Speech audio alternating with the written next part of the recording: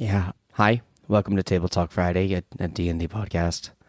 Three guys are going to talk to each other and give their advice and opinions on Dungeons and Dragons and whatnot. If you like the show, make sure to follow them on whichever podcast service you prefer and come back every single Friday for another upload or episode, whatever you prefer to call it. Have fun, I guess. Bye. Yeah, ta-ta. Bye. Yeah, see ya. Bye. Bye. Welcome to Battle Tactics Tuesday, where Good Old Gamer has recommended the title for this podcast within a podcast. This is Table Talk Friday, but today we have Battle Tactics Tuesday at the beginning. My name is Seth Reed. Drew, how are you doing today? I'm living the dream. I was just outside walking my dog, and someone was either flirting on me or trying to offer me drugs, and so now we're here. Oh, that's exciting.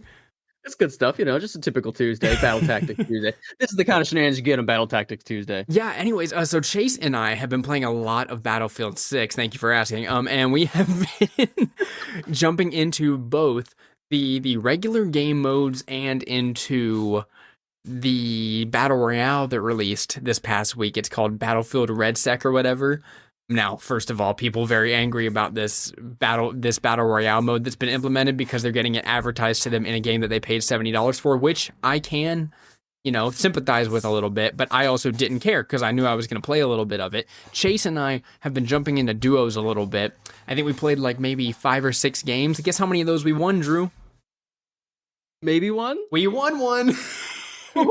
That's right. And it was really funny because on like game 3 or 4, because this was across 2 days, game 3 or 4, Chase and I were talking. I was like, hey, what are you thinking about this so far? And he's like, I'm not really into battle royales. I don't really like them that much anymore.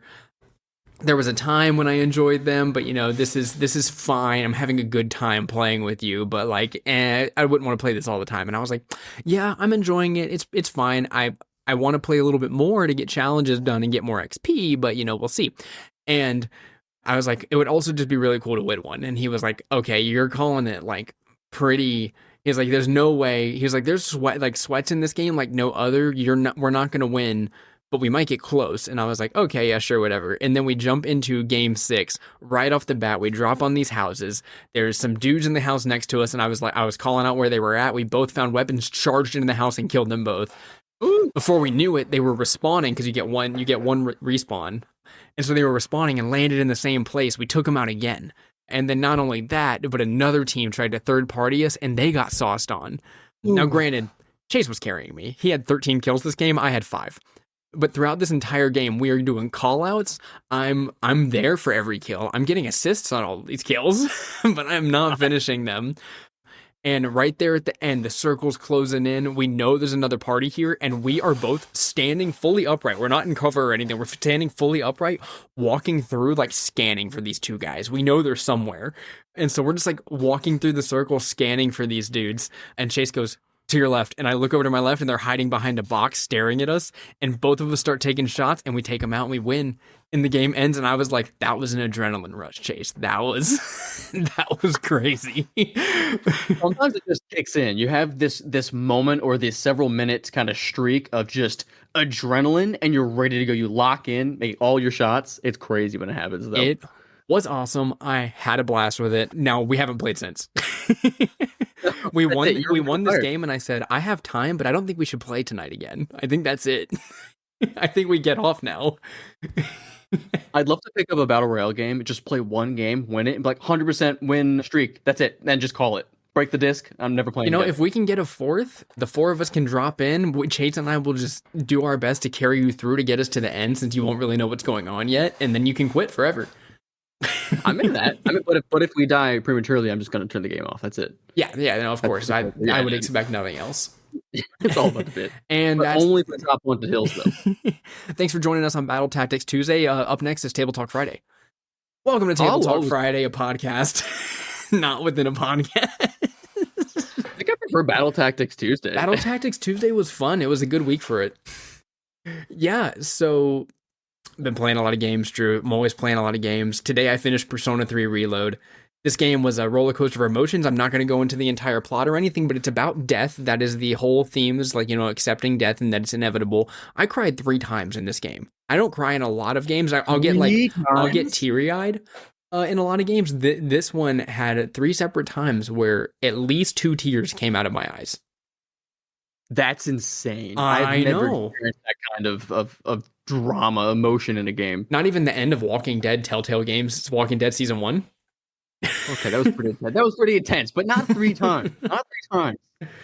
Yeah, no, 3 times. There were 3 separate moments throughout this game where I was like overwhelmed and I was like, oh my God, I can't believe this is happening. I love just a nice, solid video game cry. Really, the last time at all, probably The Last of Us 2. But I'd love just a really hard, like, I cannot believe they murdered my favorite character. Just like something real hard. Just get me reset.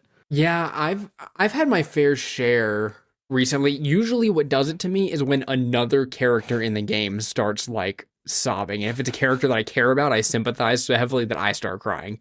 And that's what happened in Persona is something would happen and I'd go, oh man, that sucks. And then the character would have their reaction, like all the other characters would have their reactions to it. It would show like their faces with the tears going down them and stuff. And then the voice acting was really good. And that's what would make me cry.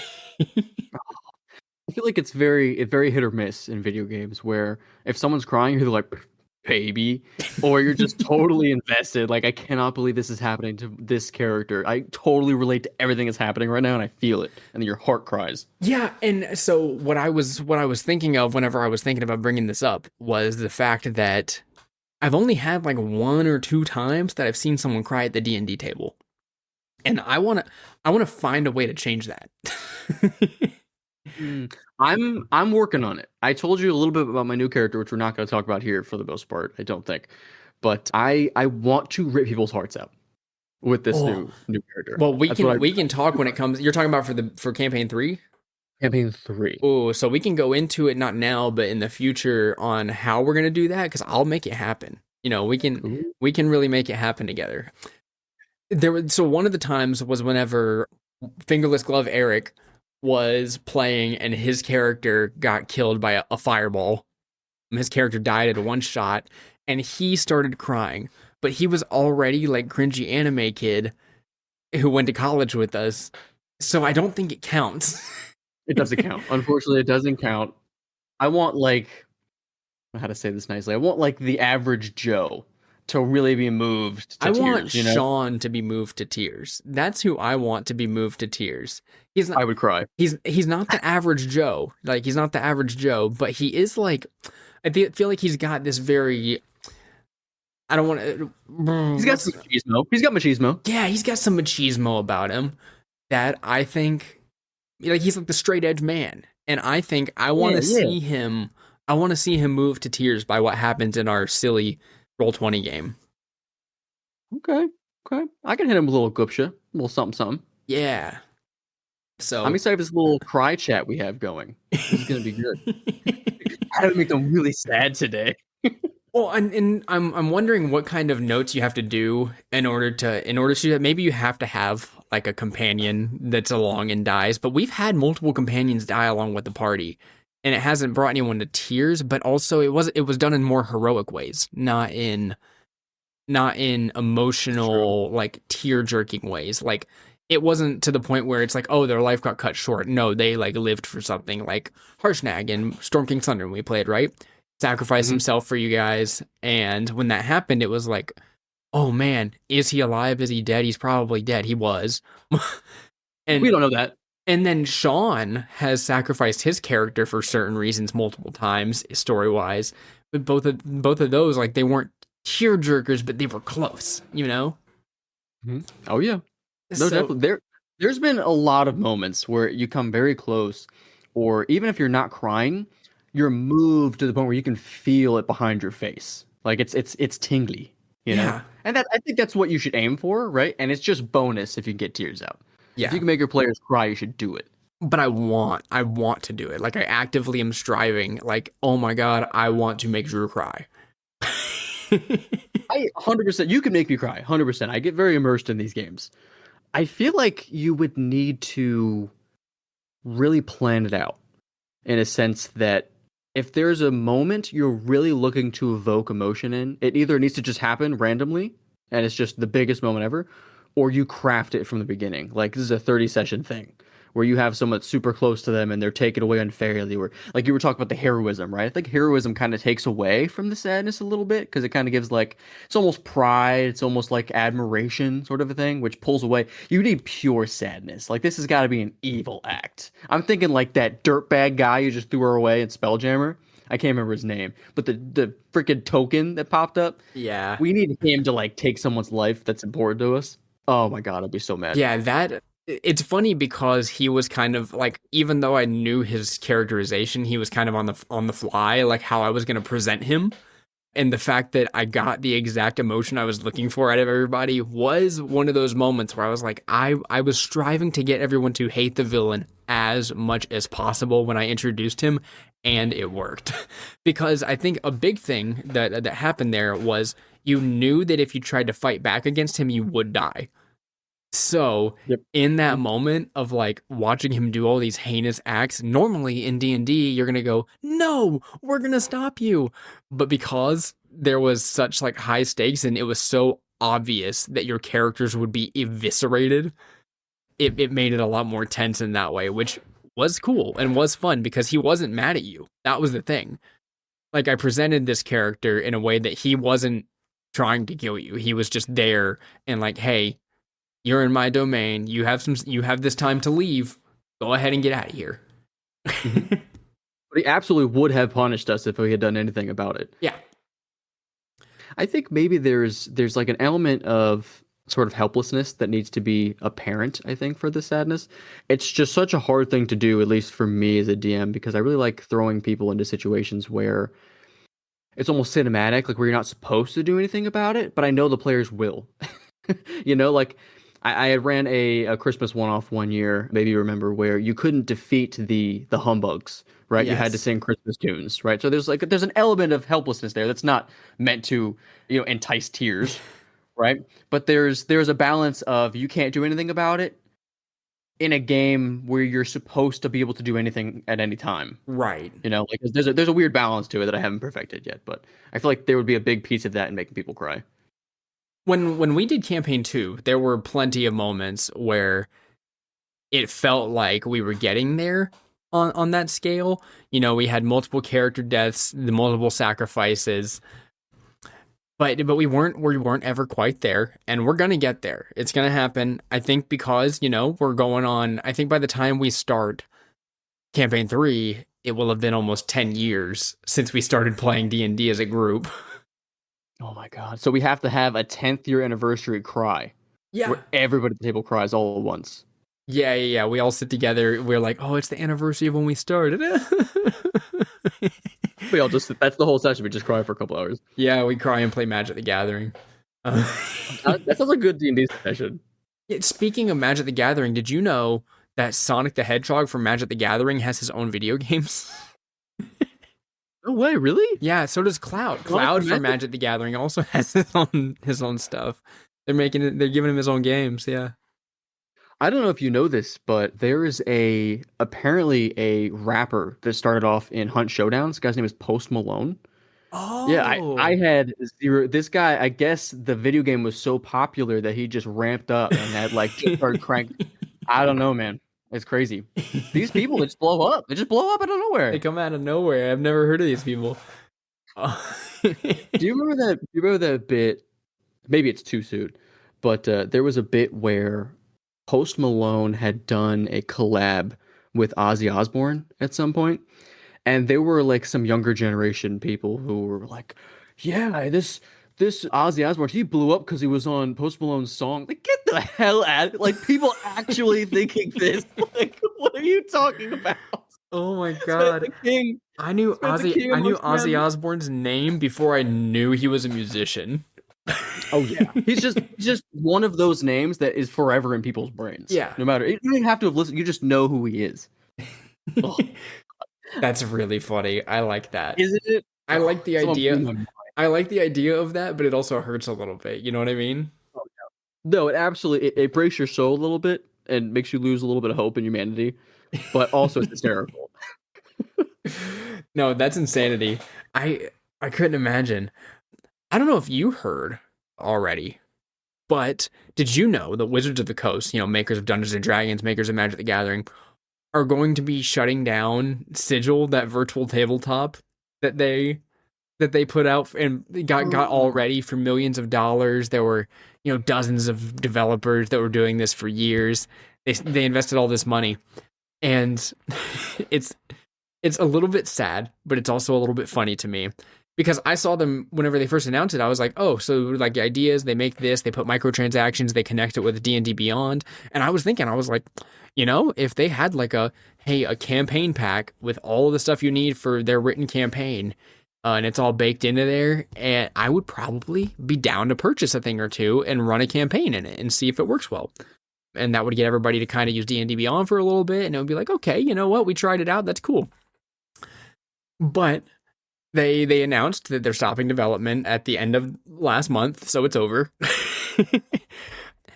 And there was recently, after one of their, I don't know if it's like an investors meeting or a finance call or whatever, one of their people, one of their execs, I don't remember his name, because I read the story and then immediately erased it from my brain. But the response was, whenever asked, okay, well, what's next for Dungeons and Dragons? And they said, well, we really see ourselves moving more into the digital space. And they announced that there's 5 new digital products, whether it be video games or virtual tabletop stuff, in the works, and to keep an eye out for it. So they canceled the one and then multiplied it by 5. And and it's, the first one worked out so well. I'm surprised that they didn't expand more. Yeah, so I looked it up and watched someone on YouTube talk about it a little bit, and they were like, "Yep." And so, what did we learn? Nothing. we learned nothing. We're gonna throw dozens more developers and millions of dollars into a project and then cancel it.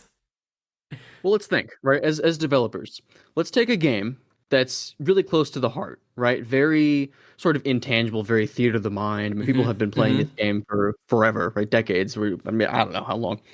But let's take a game that's super heartfelt, very immersed, very personable, and then digitalize it so it's none of those things. That sounds great. They're really taking a new angle. I appreciate, the ingenuity. Oh, and then we can implement an AI into it and have it be the DM, and then you're just all playing a choose-your-own adventure video game.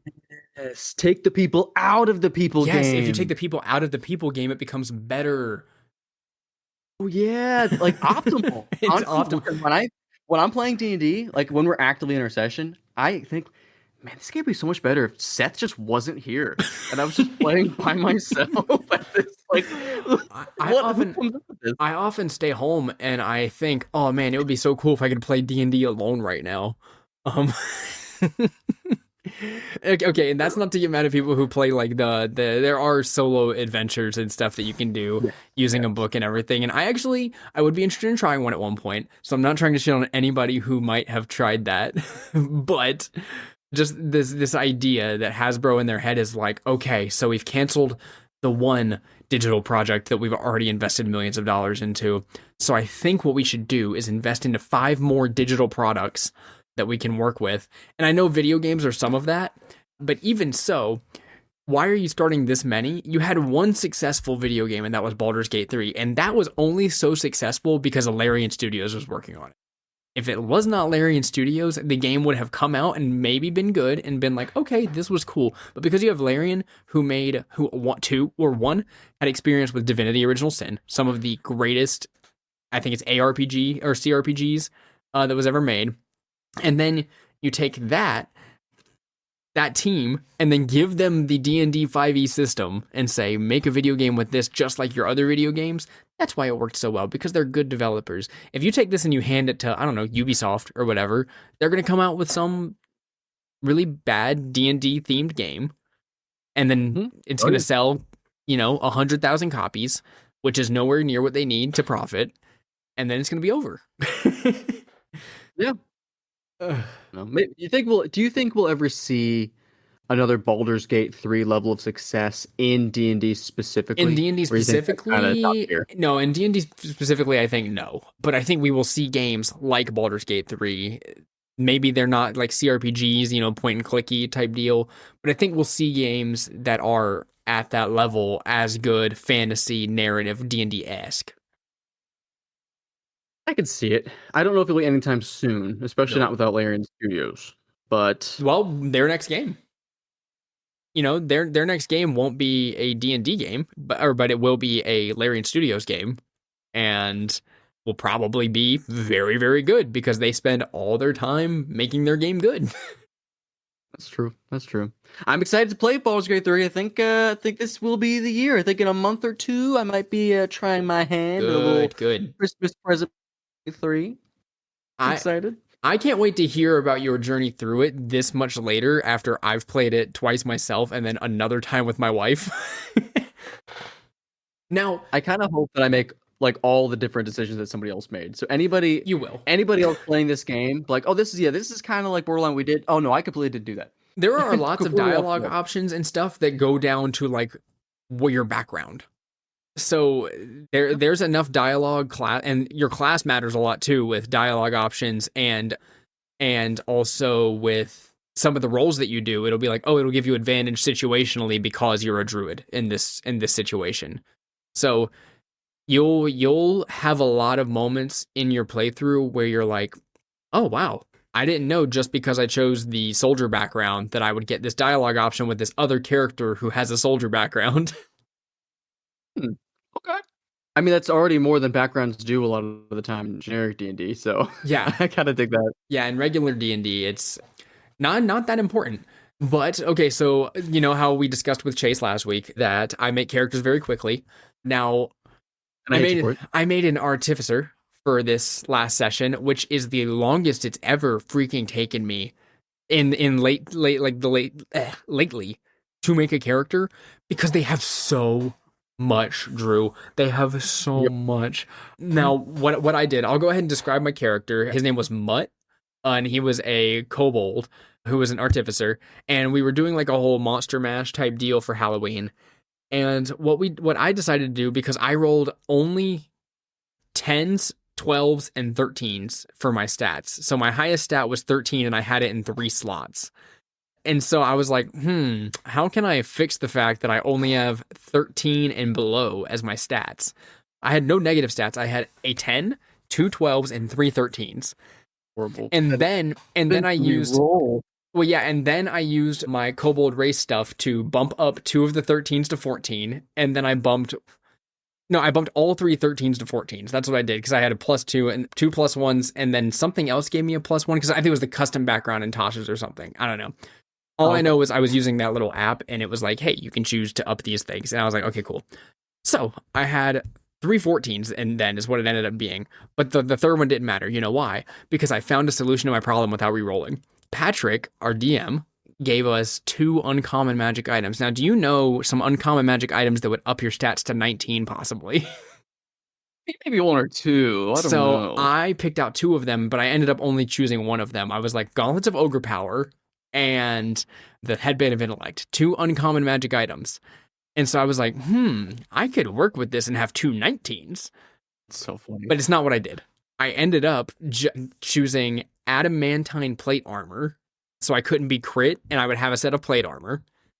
That's uncommon? Adamantine armor of any type is, it's not +1 or anything, is just uncommon. It said adamantine armor, and it just said any armor. And so... Okay. And so I told Patrick about it, and he was like, yeah, that works for me. And so, yeah, I had adamantine plate armor. So I couldn't be crit, which is good because Patrick rolled 2 crits on me. But I looked at him and went, can't be crit, actually. Too bad.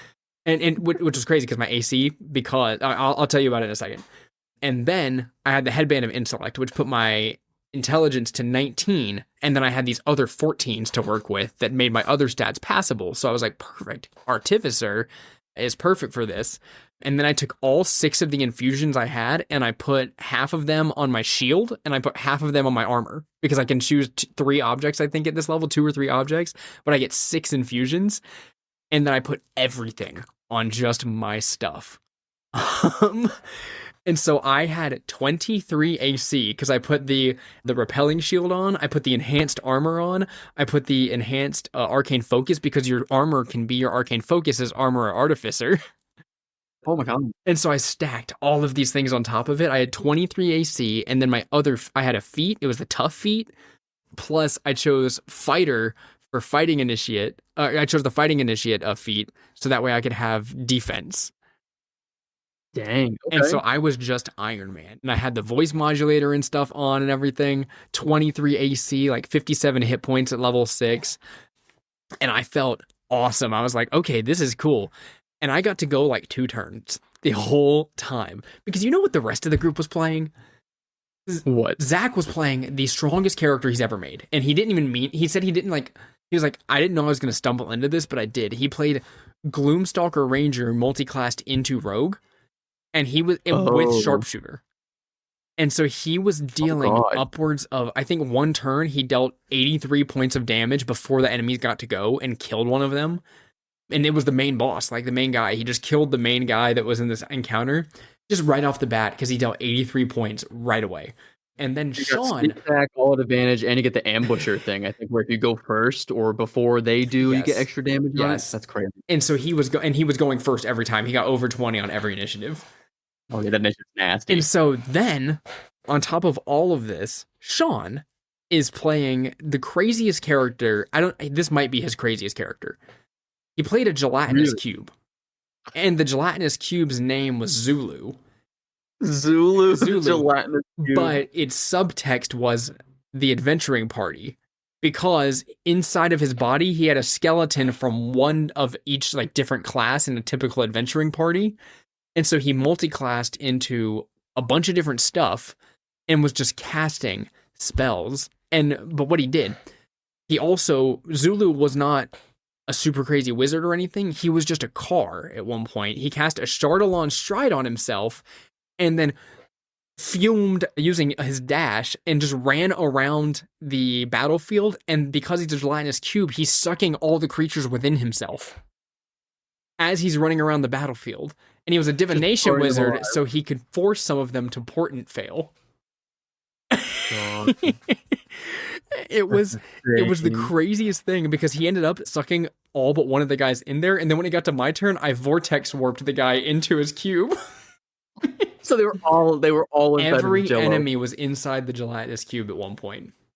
Oh my God, he was playing Pokemon. He was just catching them all. Yes, that's what he was doing, and it was hilarious. It was great. Chase played a character named Doug, who was a barbarian. I don't remember that much about Doug because Doug and I only got to do like 2 or 3 things because both Sean and Zach were finishing the encounter before it started, basically. Oh God, that's so you guys were just role playing while Sean was just tanking everything. Sean and Zach. Yeah, and the funny thing was Sean had like a lot less hit points. Also, Sean had to take away one of his multi-classes in the middle of the session because he accidentally made a level 7 character. For the first time someone messed up a character creation and no one realized it till later. I caught a couple things that he said where I was like, is he level 7? And then at one point I was like, Sean, your character's level 6, right? And he goes, huh?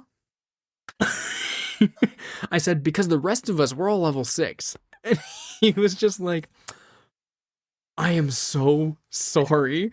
And Zach was like, I wasn't going to say anything. I thought you might be level 7, but he was like, he was like, I didn't think it mattered because I was finished, like I was dealing 83 points of damage at level 6, so I didn't think the extra level was going to matter.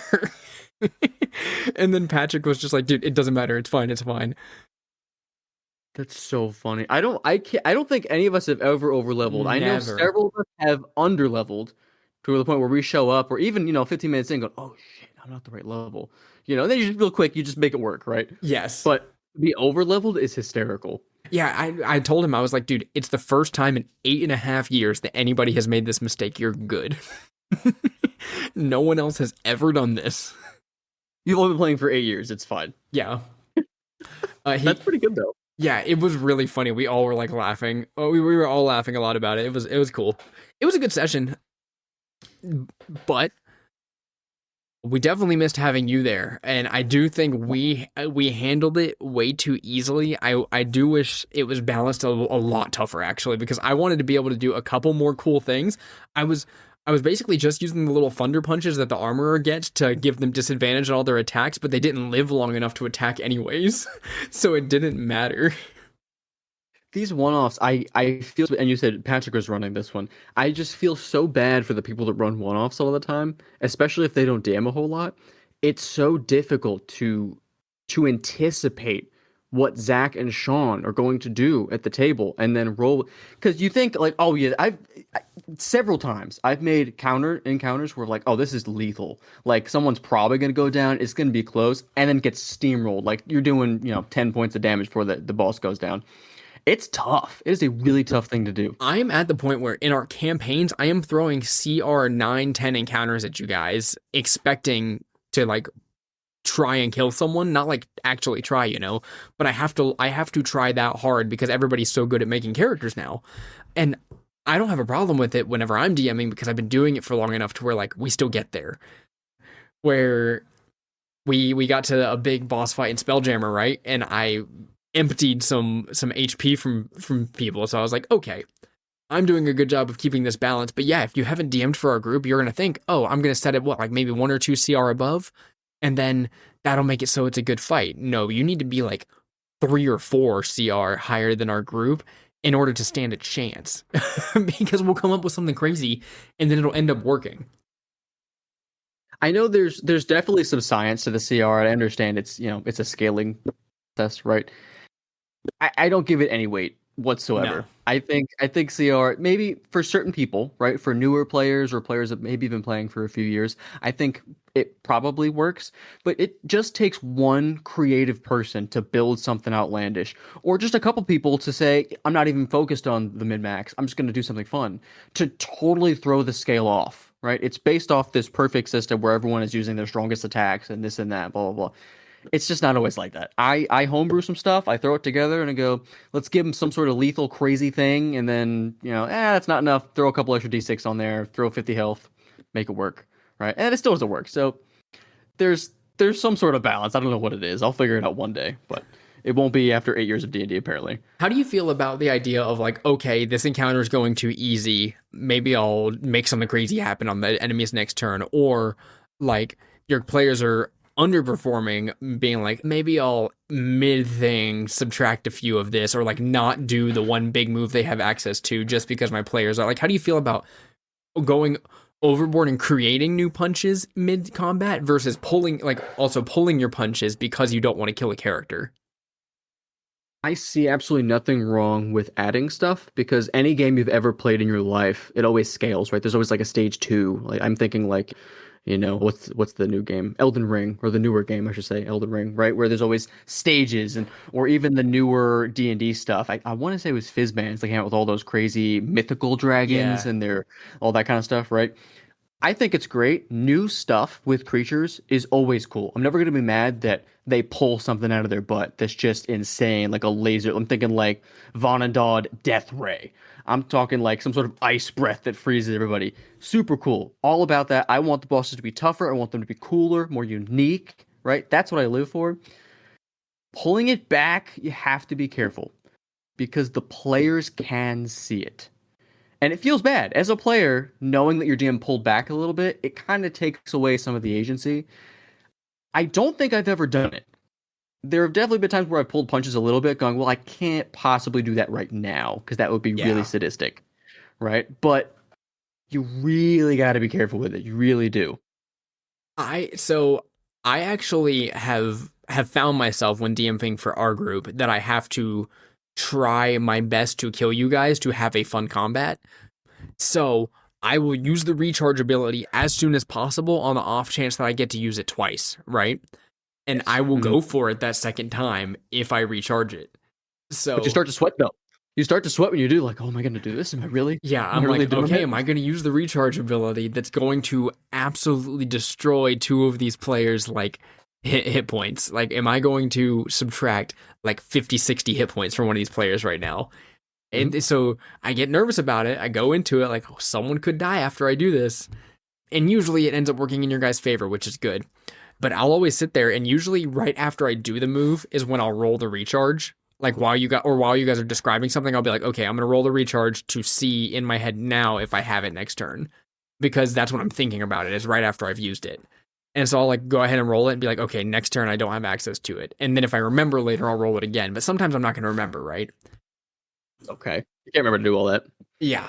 So those are some of the big things I have before.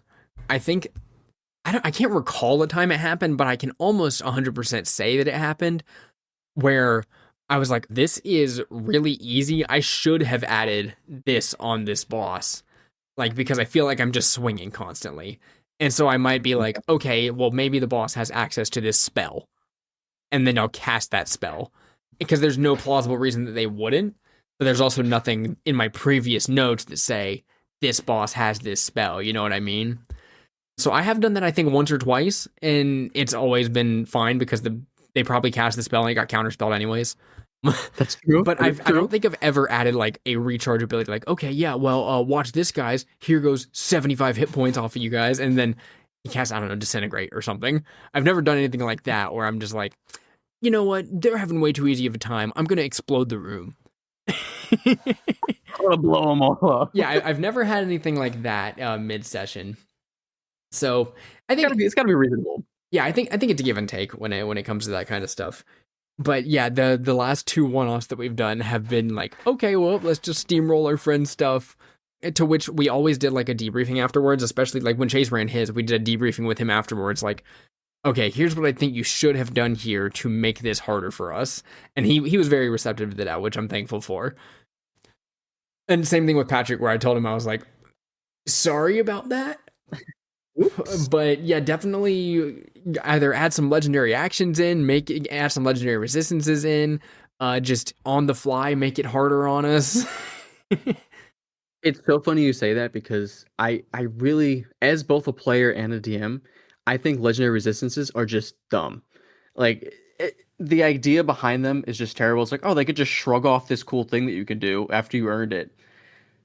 But the other day, when Chase was running, and we double port stunning striked his boss twice in a row, I was like, oh god, you gotta have at least one packed in there. If your boss means something to the table, if you've put any thought into this boss and you care about him at all, you have to have at least one legendary resistance. Either that, or they need to have like a passive. You have advantage on all saves, or all like something like that, where you're like, because I've done that before, where I've been like, okay, my boss is going to have advantage on these kinds of things, but I'm not going to give him resistances, or vice versa, where I'm like, I'm going to give him these resistances, but once those go down, he is vulnerable.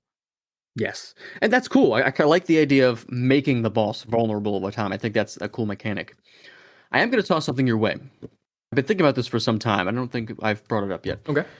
I read I'm going to have to find credit whoever told me this, or read about it, or heard about it on YouTube, wherever it may be.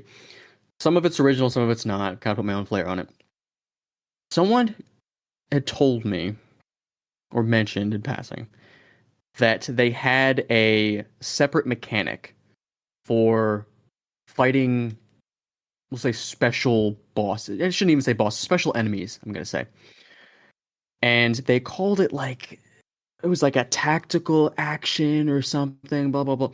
I reworked it a little bit, and I like the idea of calling it a battlefield action, where if your boss is significant, or your opponent is significant enough, they have some sort of leverage over you, some sort of bravado, some sort of prestige. Maybe they're infamous in the area, right? Almost like a lair action, but I want to really pull it separately. It is very similar to a lair action, though, where every round the opponent can do this thing. They have maybe 2 or 3 things that they could do that kind of fall under this umbrella. They prep it at the very beginning. So right before the first person goes, even if it's him, if it's you, if it's Chase, doesn't matter. They begin prepping this sort of anime type of attack where they're charging up, right? Okay. And at the bottom of the round, or whenever you roll, whatever you want to do, it goes off. That allows every person to take their turn, anticipate it, make checks, think about what might happen, right? You could use your brain, right? You can metagame it if you want to. Like, okay, he's a big golem, he's big, strong in the arms, right? Maybe he's going to do some sort of ground smash attack, right? So at the beginning of the round, he's lifting his arms, about to start fighting you guys. And if you don't do anything about it, if you're still on the ground at the end of the whole round, he smashes as a free action, right? Everyone makes a save, damage, or it knocks you prone, or something. So every enemy that you want to be tough, give them something extra. It's like a recharge, but it's not. It's like lair actions, but it's not. It's like legendary actions, but it's not. It's something free on the side that you have to flavor. It's not just a punch. It's something more than Dragon's Breath. I like this. I don't know. There's still some tweaking I got to do, and I've been playing with it. I'm writing down some of the rules on paper, but there's something there, and I'm excited to. I might put it into the Christmas one off. I'm not sure. I would be down to test something like that out. Now, here's something I've heard for making like big bosses who are just a single boss. So sort of like Warlord Kravix. If I didn't want to add those ads in, like the other enemies, if I want to just have him be the biggest deal, just give them actions on like 20 and 10, or like give them actions on 15 and 5, and have them go twice. Like make it significant enough to where they go twice, to where like he is swinging these things and then he immediately sheathes both of his Buster Swords, whips out the 2 pistols, and fires them afterwards. So that's crazy. Letting your enemies go twice, I am behind that, but I don't know how I would want that work. I think I would still have all of their like recharge stuff only happen like once per round, or like maybe I'll give them a separate like movement and action, but not another bonus action. So I think there's a scale. There's an opportunity to scale there. It's like, do you want them to have the full 2 turns? Maybe, depending on who they are. But I think the biggest problem, I shouldn't say problem, the biggest thing to think about, for me as a DM, I always have to justify everything I do. I think way too hard on the decisions I make and the plot points. Like, is there any holes? Does this not make sense? You have to justify why they get 2 turns, right? Are they just that famous? Are they that big of a deal? Do they have, are they a machine and they're like cranked? Right? I'm thinking like you're a nutcracker in the Christmas one-off, and like, did someone turn you twice? Yeah. Are you hasted? Or there's like a certain drug that they take and it like makes them very vulnerable, but they get to go twice this turn, or they get to go twice for the rest of combat. See, it's tough to play with. It's just, you have to be so creative a lot of the time, and you can't afford to be creative, I think, every time you run a session. And maybe this sounds mean, it sounds silly, but to be that creative, to think of like a groundbreaking mechanic or something completely new, I think every session is very difficult. Which right now I'm dealing with some bosses in my head where I wouldn't give them a second action because there's another big enemy there with them. And so when I think about it, I'm like, okay, well, maybe I would just give both of the enemies that are there 1 or 2 legendary actions so they can use their stuff separately. Stuff like that. So I think it does depend on the encounter, but what hurts that way with making it so not, fluid is it would make that encounter cool, but that is a lot of changing every encounter for the DM, where like you're prepping a lot more, making it a lot more. I'm not going to be able to do that every week. You know what I mean? Like make a super flavorful, cool encounter. But there are going to be times like coming up here soon in Spelljammer where we're going to have flavorful encounters where I want them to matter that much. I'm excited to see. I feel like I shouldn't say we. I feel like I haven't played D&D forever because I missed this last week. And whenever you miss one session, it feels like it's been an eternity since you last played. Yeah, well, and because we had just played Chase's thing, and then the week before that, I think we missed. So it's like an every other week thing right now, because I'm missing this weekend, right? And you guys are doing another one-off, 3 one-offs in a row.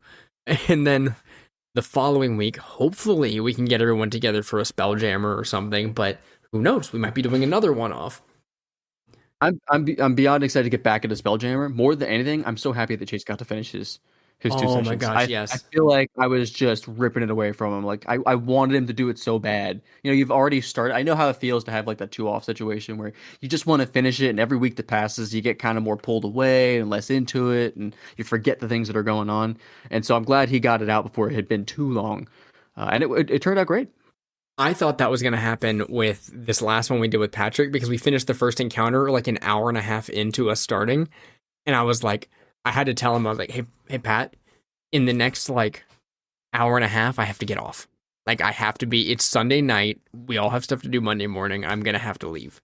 And so he was like, okay, I'll just rush through. And I think that was why the things weren't as difficult. I think he was trying to get us done on time.